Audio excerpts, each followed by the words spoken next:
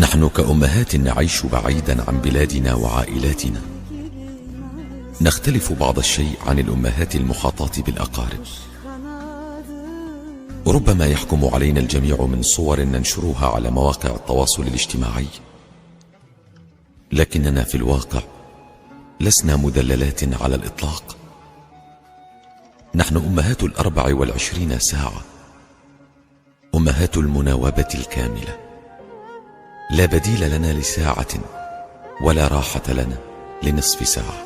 في أهوى المفبرة، في موأدي وفي نار.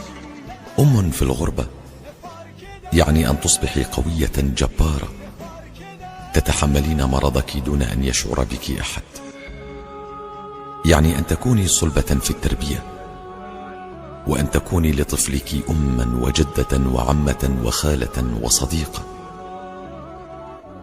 أم في الغربة يعني أن تبحثي في الحدائق عن أصدقاء لطفلك، وأن تبحثي له عن خالات وعمات بين الجيران، وأن يتعلم أن يخاطب جميع كبار السن بتيتا وجده.